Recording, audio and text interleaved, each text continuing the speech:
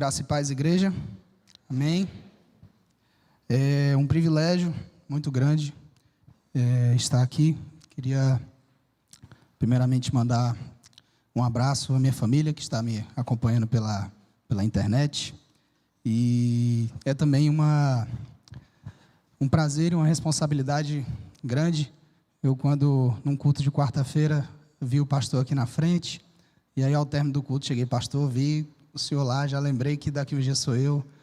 Eu fiquei ansioso, aí ele ficou ansioso, ficou nervoso, assim, ele olhou no meu olho, ainda bem, é para ficar mesmo. Queria convidar os irmãos a abrirem no livro de Oséias, capítulo 11.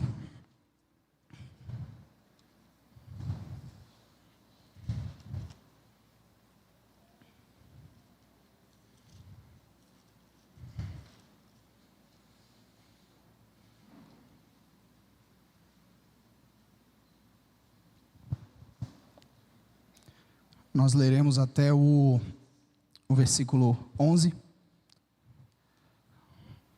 Todos acharam? Amém?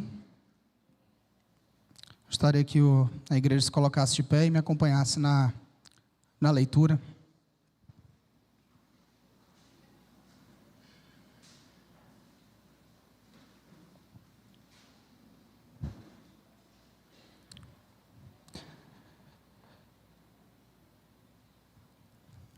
Oséias 11, versículo 1. Quando Israel era menino, eu o amei, e do Egito chamei o meu filho. Quanto mais eu os chamava, tanto mais se afastavam de mim. Sacrificavam a Balaíns e queimavam incenso às imagens de escultura. Mas fui eu que ensinei Efraim a andar. Tomei-o nos braços, mas eles não entenderam que era eu que os curava. Atraí-os com cordas humanas, com laços de amor. Fui para eles como quem alivia o jugo de sobre o pescoço, e me inclinei para dar-lhes de comer. Não voltarão para a terra do Egito, mas o assírio será o seu rei, porque se recusam a voltar para mim. A espada cairá sobre as suas cidades, consumirá os seus ferrolhos e as devorará, por causa dos seus caprichos.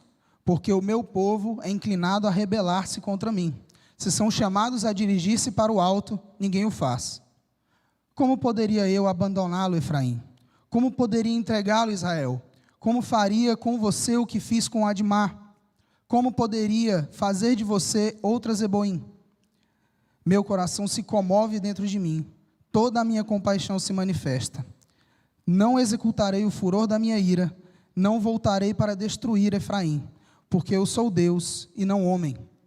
Sou santo no meio de vocês, não virei com ira. Seguirão o Senhor, que rugirá como leão, e quando ele rugir, os filhos tremendo virão do ocidente, tremendo como passarinhos virão do Egito, e como pombas, os da terra da Assíria, eu os farei habitar em suas próprias casas, diz o Senhor. Amém. Deus Pai, venho essa noite te pedir, Deus, que o Senhor abra os nossos corações, abra os nossos ouvidos para receber, Pai, a Tua mensagem, receber a Tua palavra. Obrigado, Deus, por me fazer, Pai, instrumento da Tua revelação de salvação, Senhor. Abençoe cada vida aqui, no nome santo de Jesus. Amém. Amém. Pode se sentar. Irmãos, esse texto é um poema belíssimo. E eu queria pedir aos irmãos que mantenham a Bíblia aberta, porque nós vamos fazer um exercício, nós vamos passear um pouco pelo livro de Oséias, e eu vou pedir para que vocês me acompanhem mais alguns versículos. E esse é um poema lindo que retrata como Israel vivia naquele momento. Para a gente entender um pouco como estava o contexto daquela época, a gente precisa voltar um pouco, alguns anos. Salomão, ao final de seu reinado, cobrava altos impostos de seus súditos, altos impostos do povo de Israel. Após a sua morte, o seu filho Roboão assumiu o trono e, aconselhado a diminuir o peso da mão, ele disse que, como meu pai foi pesado, a minha mão será 2 vezes mais. Isso então provocou quase uma guerra civil no reino de Israel, o que fez com que Israel se dividisse. em que basicamente 10 tribos formaram o Reino do Norte, que manteve o nome de Israel, e apenas 2 tribos, principalmente a tribo de Judá, se manteve ao sul, que ficou com o nome de Judá. E essa foi governada por Roboão. E quem assumiu o Reino do Norte foi o rei Jeroboão. Só que esse período de cisão entre os reinos foi marcado por constantes conflitos. Não houve paz, houve diversas tentativas de recuperar os reinos, invasões militares, e nada disso teve sucesso. Até que, em determinado momento, chega o reinado de Jeroboão II. Após diversos caos, tensão entre os reinos, assassinato de reis, de profetas, Jeroboão assume o trono, e ele foi então o rei mais longevo e mais próspero daquela época, desse período. Durou aproximadamente 40 anos. Só que essa prosperidade não foi nada direcionado aos propósitos de Deus. Para vocês terem noção, o reino de Israel, o reino do norte, teve 20 reis. Nenhum deles foi aprovado por Deus, segundo a gente lê nas Escrituras, nos livros de Reis. Nenhum deles. E já com a herança de Salomão, que, como nós sabemos, casou com diversas mulheres de diversos povos, e esses povos instituíram diversas religiões, contaminando o povo de Israel, também corroborando com a localização de Israel, que ficava no meio de povos completamente pagãos, como a Síria também, sem o A. Isso foi fazendo com que o povo se corrompesse.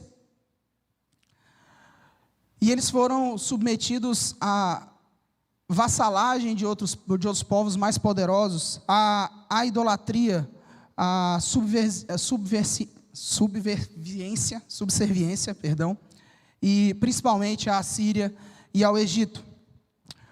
O que se agravou ainda mais após a morte de Jeroboão II. Irmãos, as conspirações políticas, a apostasia, o pecado era tão forte que lá no capítulo 4, a partir do versículo 1b, Oséias vai dizer o seguinte do povo: não há verdade, nem amor, nem conhecimento de Deus na terra, mas apenas juramento falso, mentira e assassinato, roubo e adultério, há violência e homicídios sobre homicídios. É um verdadeiro caos instaurado na sociedade. É comerciante roubando de cliente, é patrão roubando de empregado, empregado roubando de patrão. Não havia confiança, não havia verdade no meio daquele povo. E uma idolatria tremenda. Queria que vocês abrissem no capítulo 9, versículo 9. Olha o quão estava esse povo corrompido. Diz o seguinte: eles se aprofundaram na corrupção como nos dias de Gibeá. Na versão King James, traz um texto que eu gosto muito. Eles se deixaram corromper muito profundamente. Vejam que não é uma ação externa, é uma ação do próprio povo. Eles permitiram a entrada de povos pagãos, a revelia do que Deus queria para eles. E muito profundamente se corromperam. Era um escárnio à lei de Deus, era rasgar. Nós vemos aqui os 10 mandamentos praticamente rasgados na sociedade de Israel. Só que apesar dessa diversidade de pecados que a gente poderia apontar, o principal pecado apontado em todo o livro de Oséias é a prostituição, o adultério espiritual do povo de Deus. Irmãos, a principal prática de adoração, de culto daquele povo, era a promiscuidade sexual para adoração aos ídolos. Os templos de Baal eram regados de prostitutas cultuais, onde as pessoas pagavam para manter o templo, e aquilo ali era um meio de adoração a Baal. Baal era uma divindade ali da região da Sírio-Palestina, que ele era o deus da agricultura, basicamente o deus da agricultura. E Baal também tinha uma prostituta chamada Ashera. E se a pronúncia estiver incorreta, pastor, me perdoe. E o povo fazia como um mimetismo, uma imitação de que se houvesse então práticas de fertilidade nos templos de Baal, assim também seriam férteis as minhas colheitas, já que era um povo basicamente que vivia da agricultura e do comércio. Então, se eu estou praticando aqui atos como os deuses assim fazem nos céus, aqui também na terra eu terei fertilidade. Irmãos, há registros de culturas, de práticas semelhantes, onde crianças de 10 e 12 anos são entregues pela própria família para um período servir ao culto de Baal, para um período levar dinheiro ao culto, ao templo de Baal e mantê-lo, e assim garantir a fertilidade da colheita, a fertilidade daquela casa. 10 e 11 anos, irmãos, entregues pelos próprios pais. Esse era o grau de prostituição religiosa que a gente via no tempo de Israel. O povo havia se esquecido completamente.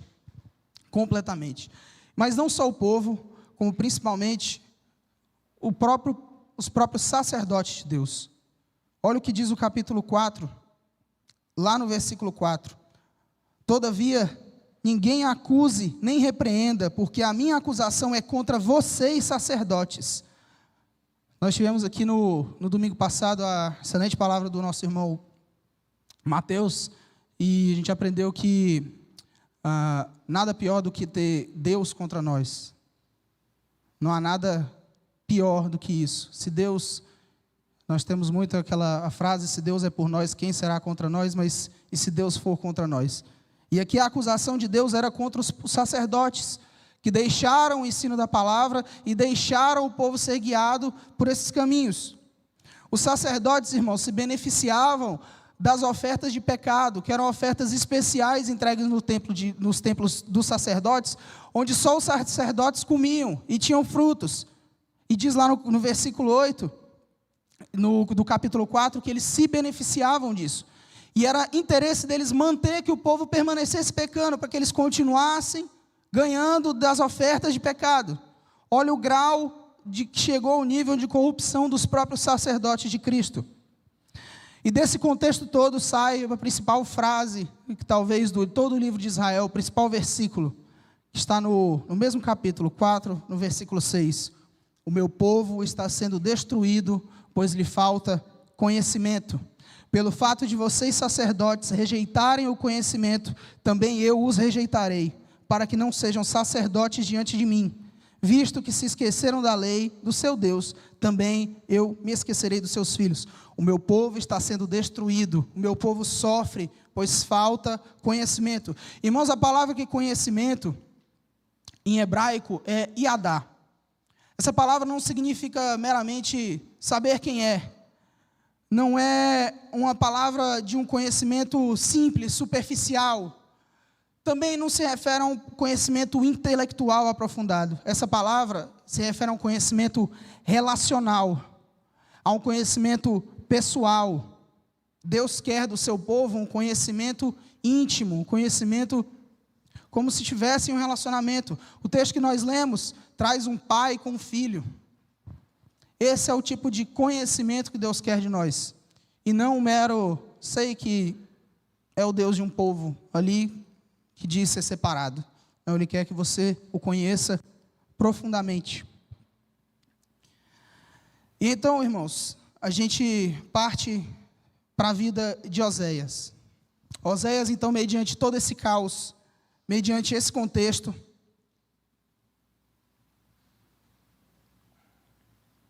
é levantado por Deus. E o que é engraçado é, quando nós pensamos na figura de um profeta, o que vem à nossa mente? Normalmente alguém ligado ao futuro, alguém que faz predições, premonições, que anuncia algo por vir. Não é de todo mentira, mas também a palavra profeta significa declarar, afirmar, aquele que proclama. Mas o que ele proclama? A definição de Deuteronômio lá no capítulo 18, versículo 18, diz assim: farei que se levante do meio de seus irmãos um profeta semelhante a você, falando de Moisés, em cuja boca porei as minhas palavras, e lhes falará tudo o que eu lhe ordenar. De todo aquele que não ouvir as minhas palavras, que ele falar em meu nome, disso lhe pedirei contas. Então, irmãos, não é simplesmente alguém que declara, mas alguém que declara a voz de Deus. É alguém que fala em nome do Deus vivo. Então, o profeta falando, é o profeta falando o que Deus quer. E aqui nós temos um mandamento no final: aquele que não ouvir as minhas palavras, as palavras de Deus, eu lhe pedirei contas. O povo de Israel foi criado nesse meio, foi criado com esse mandamento. Então eram porta-vozes de Deus. Tanto que Oséias fala durante todo o livro, em primeira pessoa, por 100 vezes. Mas, irmãos, profetas não necessariamente anunciam o futuro. Não é essa a principal missão dele. Não é muito menos uma adivinhação, que é condenado pelas Escrituras. Ao longo da história, irmãos, profetas são levantados para direcionar, para apontar, para admoestar, corrigir, para instruir o povo de Deus sobre o caminho que eles estão tomando. E, por estarem tomando determinado caminho, essa será a consequência. Então, se olharmos sobre essa perspectiva, sobre essa ótica, o profeta está muito mais ligado ao presente que ao futuro. O profeta está muito mais interessado em levar a palavra de Deus para que você se corrija e a consequência não venha, do que anunciar um mero acontecimento futuro. Essa é a missão do profeta. Mas então, Deus levanta Oséias e ele resolve mudar essa abordagem. Já havia levantado vários profetas. Os profetas foram mortos, foram ignorados. Então Deus levanta Oséias, não para que ele declare a voz de Deus, mas para que ele viva a voz de Deus. Oséias então vai encarnar a mensagem de Deus para o povo de Israel. Ele vai ser a própria mensagem, não só com a sua vida, mas especialmente o seu casamento. O casamento de Oséias então vai representar a relação de Deus com o seu povo e do que o povo está tendo com Deus. Esse vai ser o objetivo.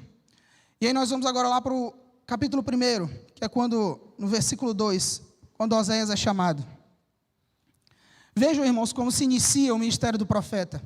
Versículo 2: quando, pela primeira vez, o Senhor falou por meio de Oséias, o Senhor lhe disse: vá e case com uma prostituta, e tenha filhos de prostituição, porque a terra se prostituiu, desviando-se do Senhor.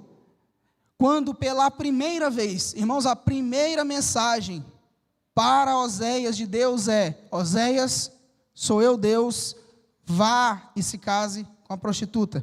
Assim se inicia o ministério de Oséias, o que parece ser algo absurdo, um pedido incompreensível da parte de Deus.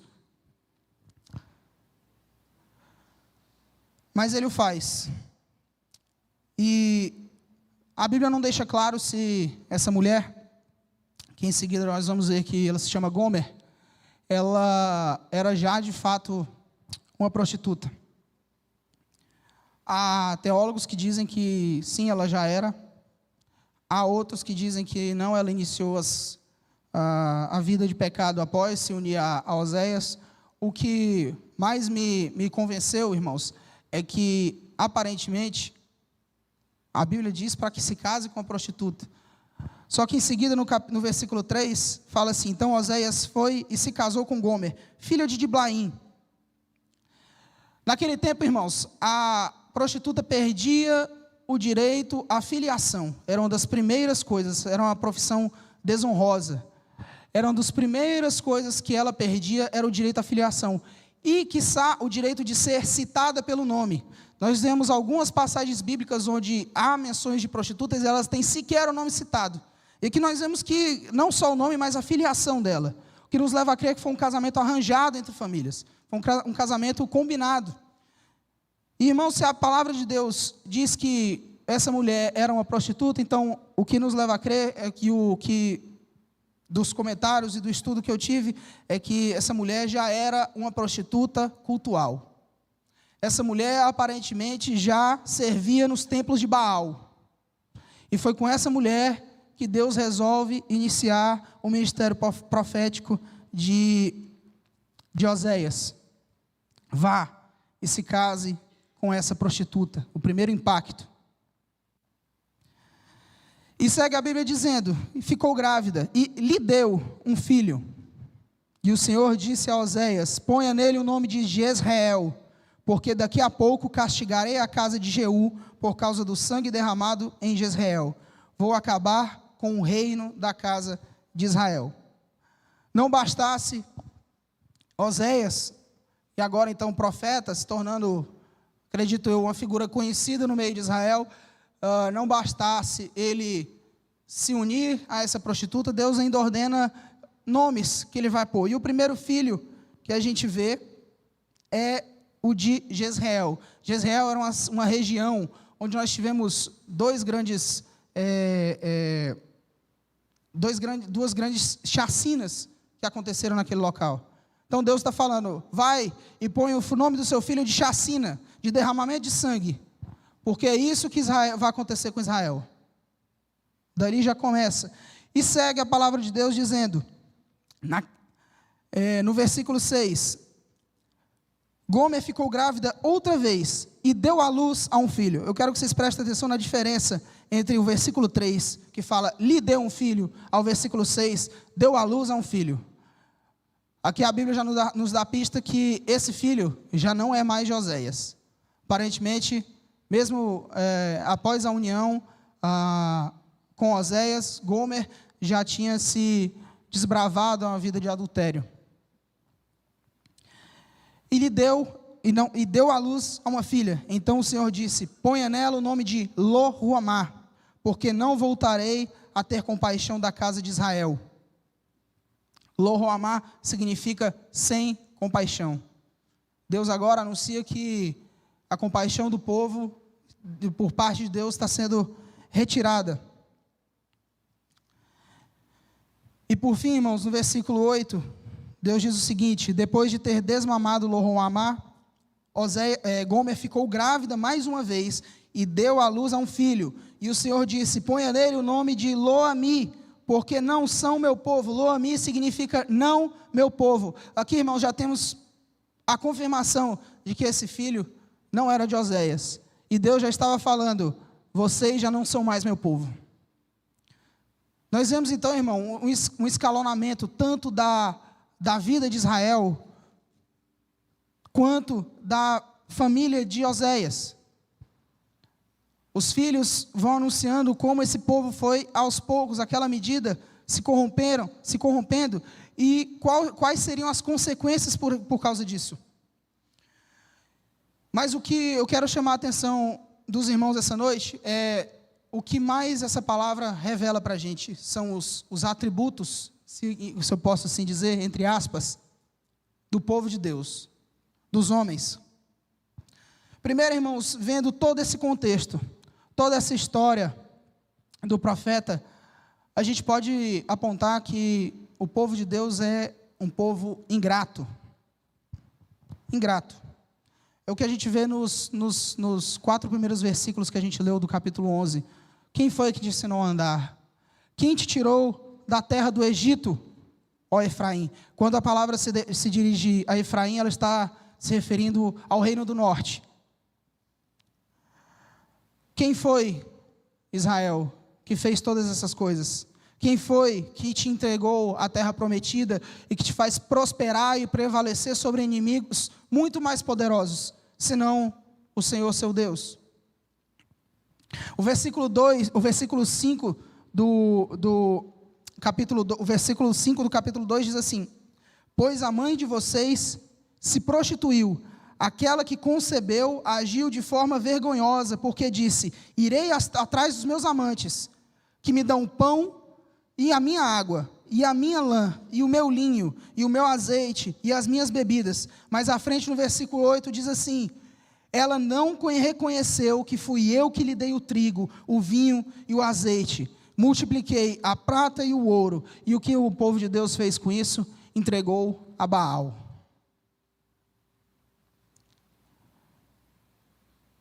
Deus mantinha a provisão daquele povo.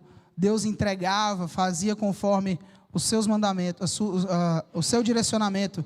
E o povo se desviava e entregava aquilo. Esse versículo é muito duro, irmãos. E mais uma vez uma correlação entre a vida de Gomer, que tendo sido retirada de um templo de prostituição, da casa dos pais, que provavelmente a entregaram, e agora vivendo sobre as asas do profeta, foi ingrata, e tudo que o profeta dava, ela ia e entregava aos deuses, ao Deus Baal, assim como o povo de Israel fazia. Irmãos, um povo muito ingrato, e muitas vezes nós reclamamos e oferecendo tudo que nós temos, o nosso corpo, a nossa vida, os nossos bens, a outros deuses, achando que Deus, esquecendo que Deus que está nos suprindo por trás. Aquilo que você entrega, que não para a glória e o reino de Deus, você está entregando a talvez ídolos do seu coração. Você está sendo ingrato com a provisão de Deus. E continuando, nós vemos mais uma característica desse povo, que é a arrogância, a infidelidade. Essa palavra arrogância é usada especificamente no livro. Lá no capítulo 7, versículo 10, acompanhem comigo. A arrogância de Israel abertamente dá testemunho contra eles, mas eles não voltam para o Senhor, seu Deus, nem o buscam em tudo isso, porque Efraim é como uma pomba ingênua, sem entendimento, chamam o Egito e se voltam para a Síria. O povo, irmãos, naquele momento passou a confiar mais nas suas alianças políticas com países vizinhos do que no próprio Deus. Nós tivemos também na palavra aqui de manhã do irmão Yuri, que a confiança é a base da fé. É o que Deus espera de nós, a confiança nele. Nós não precisamos entender, nem tudo a gente vai entender o que Deus quer, mas o que Ele pede da gente é confiança, porque é o que Ele tem de melhor, Ele tem o de melhor para nós, o que é de melhor para nós. A confiança, a dependência é o atributo inicial da fé. Descansa no Senhor, espera nele. Salmos 37, 7. E como se não bastasse, irmãos, muitos hebreus mantinham o culto, tanto ao sacerdote de Deus, quanto nos templos de Baal. Nem a capacidade de declarar uma apostasia completa o povo tinha, não. Eles se mantinham infiéis, assim como Gomer, que saía de casa, provavelmente chegando tarde, deixando lá o seu marido e tendo relações com outros deuses, mas voltava para casa depois, com outras pessoas, e voltava para casa depois, assim como Israel fazia com o Senhor seu Deus. E também nós vemos, irmãos, a rebeldia desse povo. Dado o momento, após o terceiro filho, Gomer abandona a sua casa e entrega-se de vez à prostituição e ao culto a Baal. Muito provavelmente deve ter voltado a algum templo de prostituição e orgia. Assim também Israel havia se rebelado com Deus. Há várias passagens onde a Escritura diz que Deus não terá mais piedade, porque aquele reino não tem mais volta. Apesar de tudo, Gomer e Israel andavam em pecado constante, irmãos. E mesmo com a promessa, mesmo com os constantes avisos, através com os filhos de Oséias, com as palavras de Oséias, mesmo com a promessa de que eles seriam exilados, nós lemos lá no capítulo 11, a Assíria será o seu rei. Aquele povo, irmãos, vinha do Egito. Ser exilado era a condenação pior para eles. Eles já tinham vivido isso, sabiam como era. E mesmo com essa promessa de destruição e exílio, Israel se manteve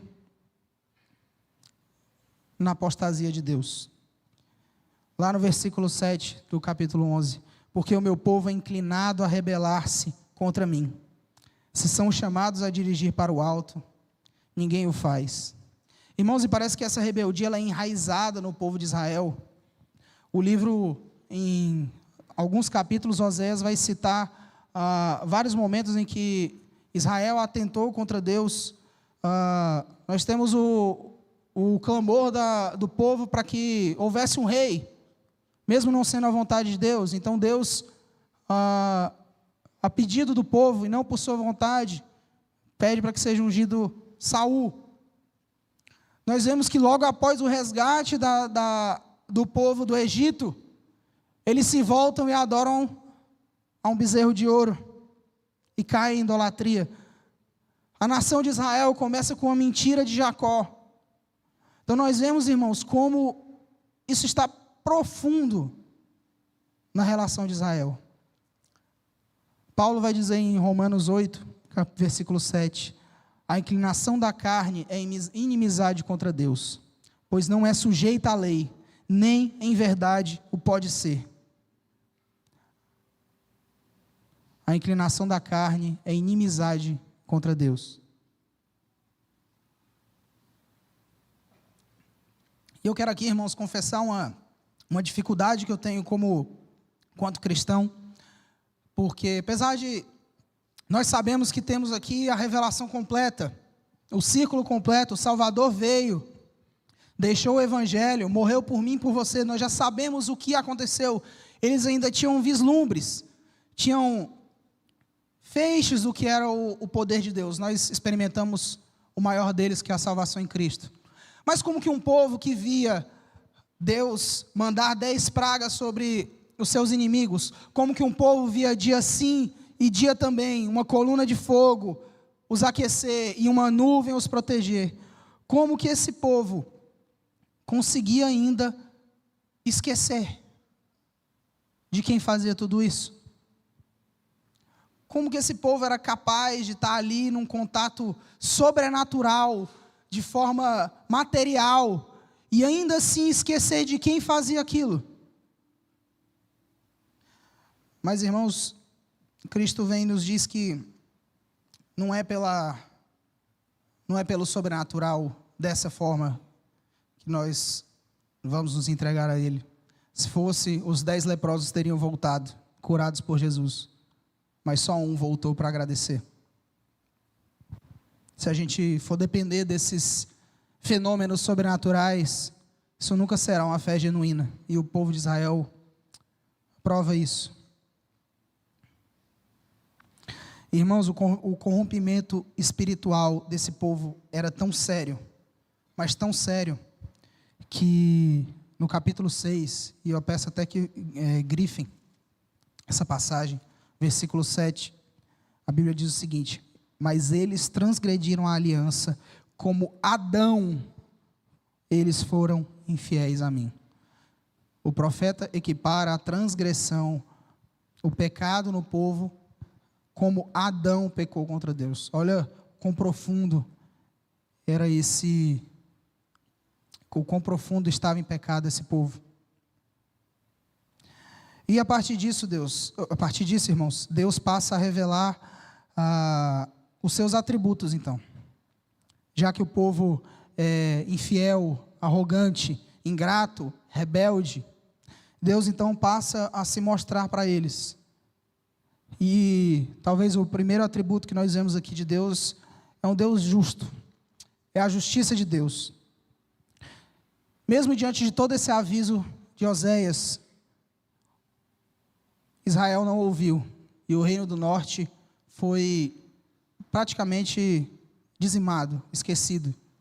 Tanto que hoje nós não falamos hebreus, nós falamos judeus, que foi o povo que sobrou no Reino do Sul, praticamente a única tribo que sobrou, com alguns pingados ali da tribo de Benjamim, alguns outros pingados da tribo de Levi, mas basicamente as outras tribos foram dizimadas. A Assíria veio, acabou com a Samaria, que era a capital de Israel, fez com que os habitantes se casassem com mulheres, os homens se casassem com mulheres de outros povos, as mulheres com homens de outros povos, para que aquela sociedade fosse esquecida.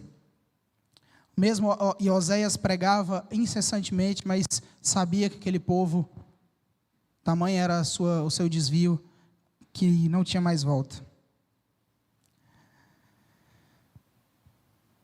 Quando, numa das conversas com o pastor, ele me deu a seguinte frase, que agora eu até esqueci o autor, pastor, mas a frase eu lembro. Quando o diabo quer nos tentar ao pecado, ele diz que não há consequências. Mas quando ele quer nos acusar, ele diz que não há salvação. E as consequências para o povo de Israel veio, irmãos. As consequências vieram. Mas, irmãos, o capítulo que a gente leu não termina com a condenação de Israel. Há uma promessa.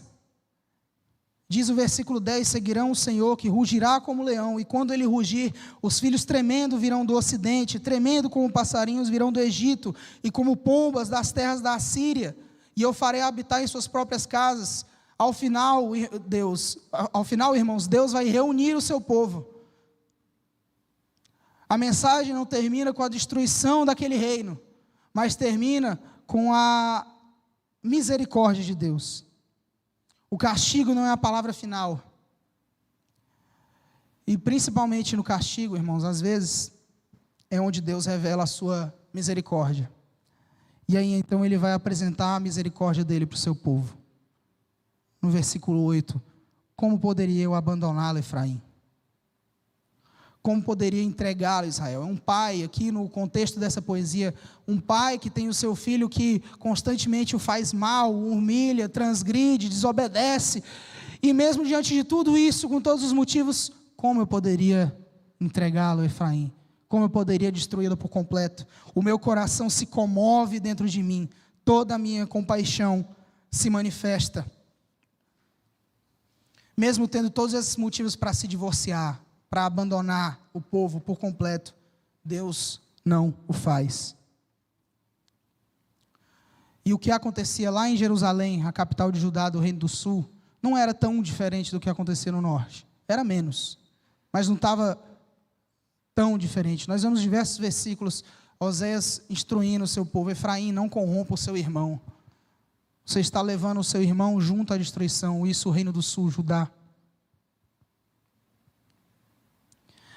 E assim como Deus promete resgatar o seu povo, Ele vai mais uma vez a Oséias.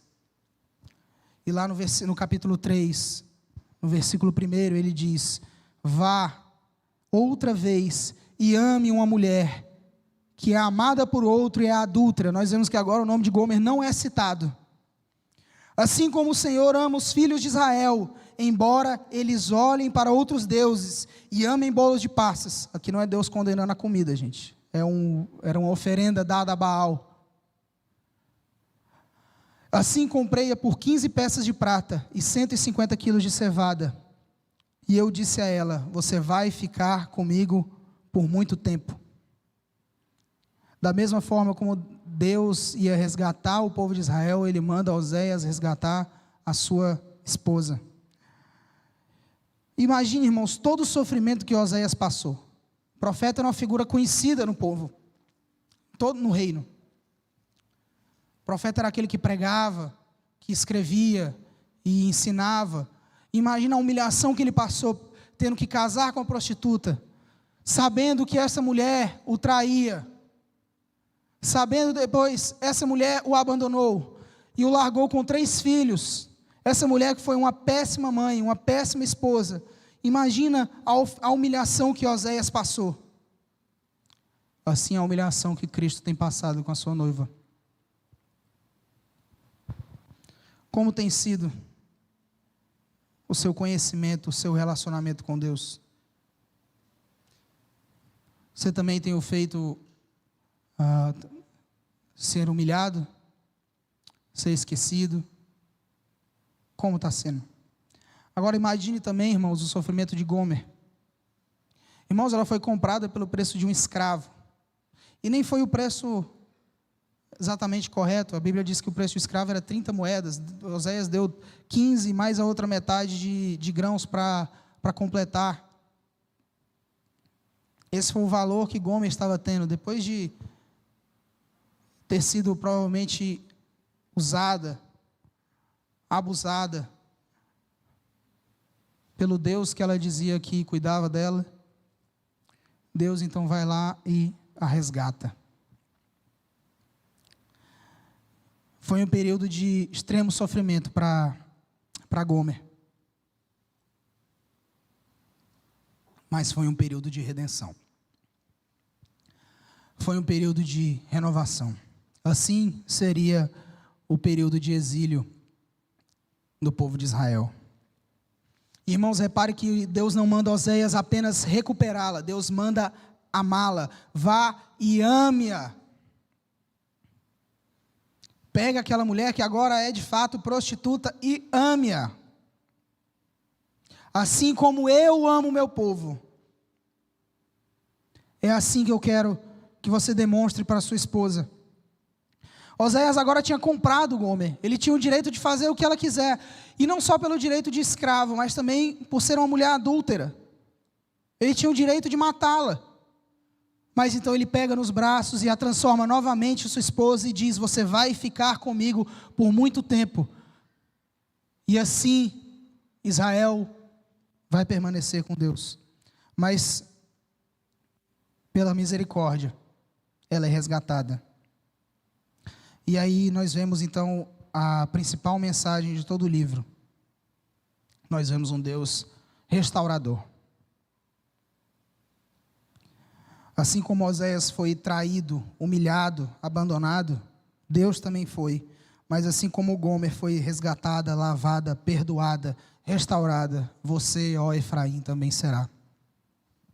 É assim, Israel, é assim, povo, é assim, igreja, que Deus ama você. É dessa forma, o amor dele não mudou. Aqui era do plano dele para o filho que ainda vem morrer na cruz por você. É dessa forma que Cristo ama a sua igreja. É esse marido que eu sou e serei para você. Oséias, irmãos, é uma abreviação do nome de Jesus. Oshea, vem da mesma raiz. Yeshua, que significa salvação. Capítulo 2, versículo 19 diz: farei de você minha esposa para sempre. Farei de você minha esposa em justiça, em juízo, em bondade e em misericórdia. Farei de você minha esposa em fidelidade. Você conhecerá o Senhor. Você conhecerá o Senhor.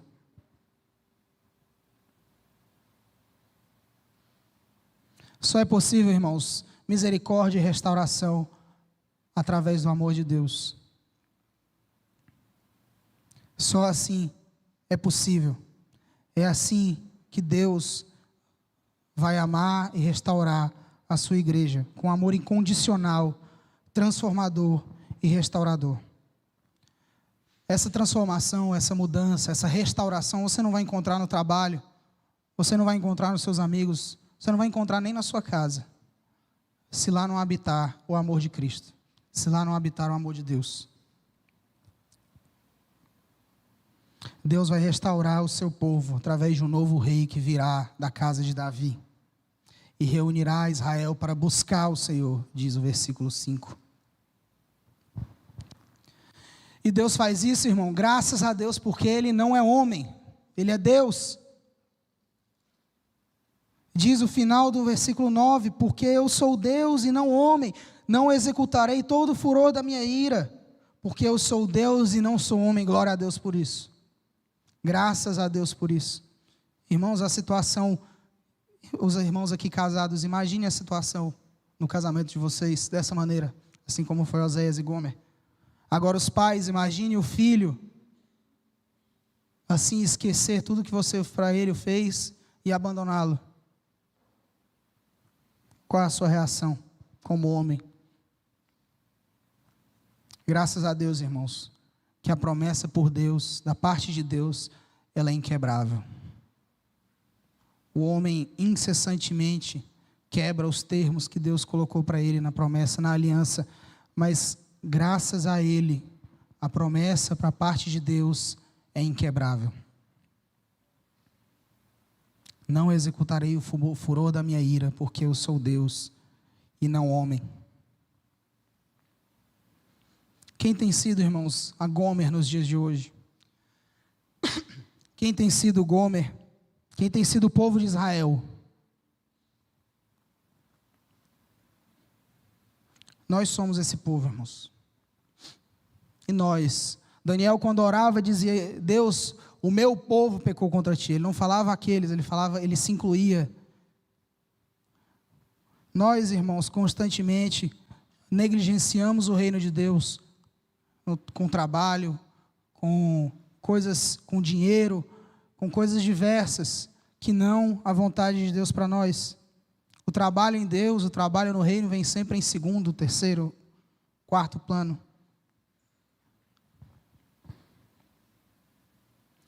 Somos incapazes, às vezes, de agradecer pela graça que Deus derrama todo dia. E é assim que seremos, até o fim dos dias, pecadores, miseráveis. A diferença, irmãos, de nós para o povo de Israel, nesse contexto, é onde está a nossa direção. Onde o nosso coração, para onde o nosso coração está indo.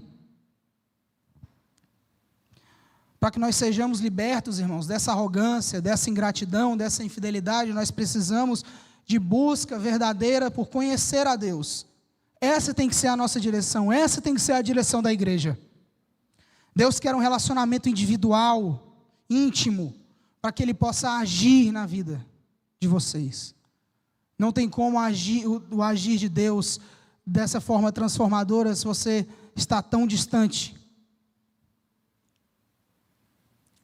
É impossível. Lá no capítulo 6, versículo 6, Deus vai dizer o seguinte: pois quero misericórdia e não sacrifício, conhecimento de Deus mais do que holocaustos. Irmãos, não adianta você com rituais, ou com vir à igreja, ou só vir todo culto de quarta-feira, culto de oração, e não estou dizendo que isso é ruim, mas se o seu coração está direcionado apenas ao ritual de comparecer, você não conhece a Deus de verdade, e é impossível a transformação alcançar a sua vida. John Wesley vai dizer que a conversão tira o pecado do mundo, mas a santificação tira o mundo do cristão. É aquele processo paulatino de conhecer e ser transformado por Deus.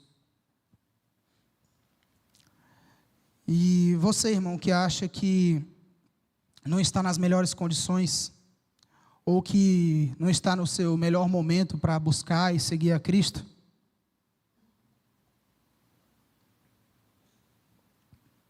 quero fazer um exercício com vocês. Eu vou aqui parafrasear um pregador, o pastor Paulo Júnior, que nossa família gosta muito. E ele, numa de suas mensagens, diz o seguinte: os aqui que estudaram, sabem que a menor distância entre dois pontos é uma reta. Isso, matematicamente falando. Mas, como conceito, ela pode ser a maior distância.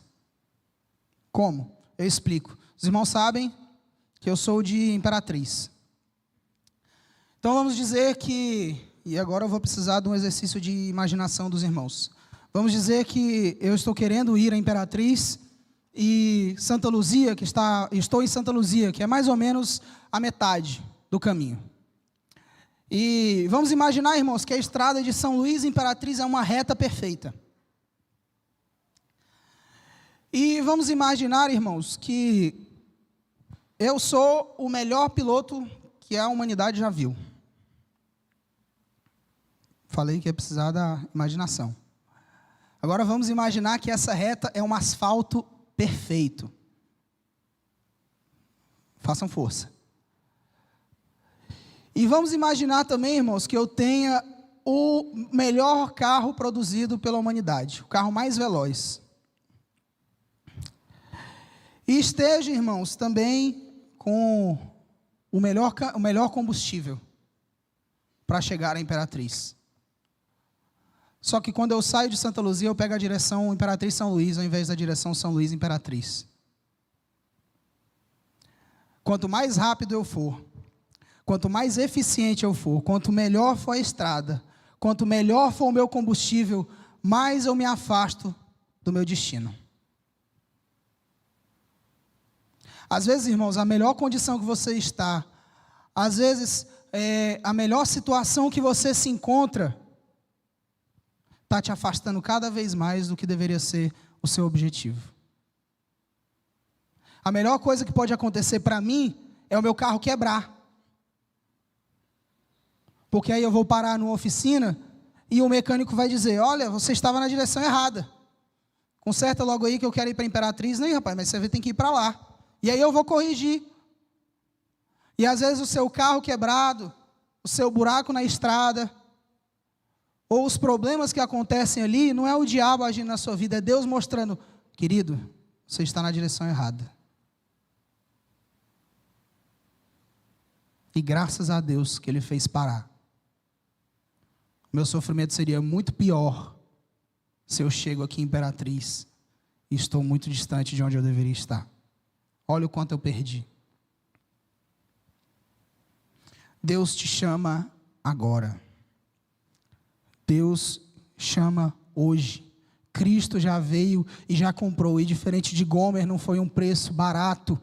Foi caro, foi sangue derramado na cruz. Era o Filho de Deus, irmãos.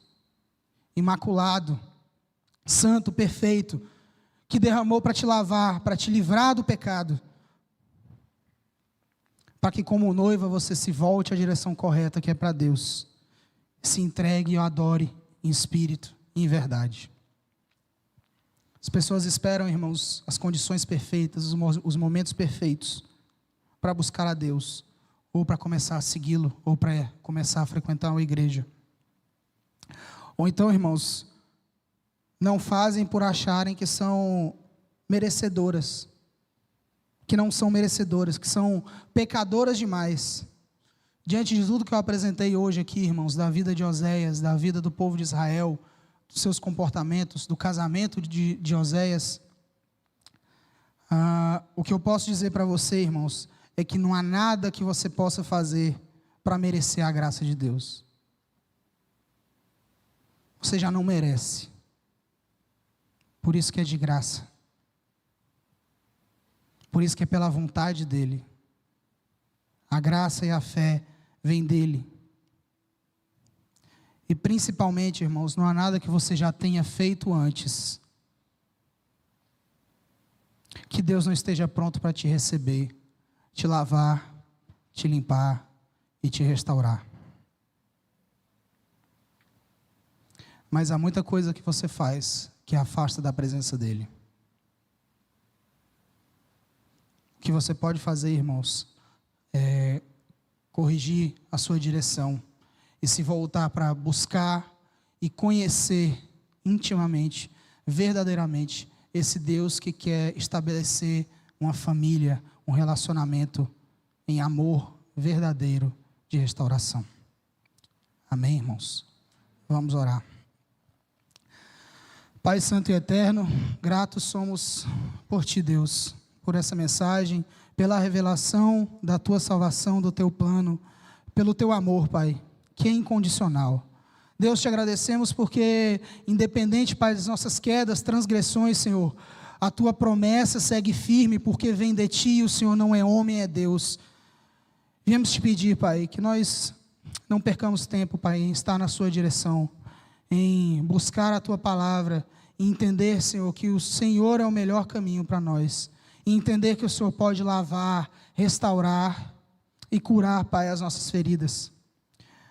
Coloque, Senhor, no coração de quem aqui ainda não conhece o Senhor, Deus, que passe, Pai, a entender que Ele agora quer um governante da sua vida, Pai, que está cansado de tropeços e de direções que não levam a lugar nenhum, Senhor, mas que eles possam agora buscar em adoração, em espírito e em verdade, Pai, a tua vontade, Senhor. Te agradeço, Deus, conduza-nos com segurança, Pai, às nossas casas, no nome santo de Jesus. Amém. Amém. Obrigado, Caio. Que Deus te abençoe. Vou convidar novamente aqui o coro jovem, e o coro jovem vai cantar, e com esse cântico vai dar encerramento ao nosso culto esta noite. Agradecemos a presença dos que estiveram nos visitando, agradecemos a bênção de estar na presença de Deus para adorá-lo. Você que esteve conosco aqui, se a igreja pode ser útil a você de alguma forma, não hesite em contatar-nos. No informativo que você recebeu, tem um QR Code. Se você apontar seu celular para esse QR Code, será levado para um chat com a secretaria, onde pode tirar suas dúvidas ou entrar em contato conosco de qualquer maneira que nós lhe pudermos ser úteis. Pedirei que você curve a cabeça mais uma vez, feche os olhos.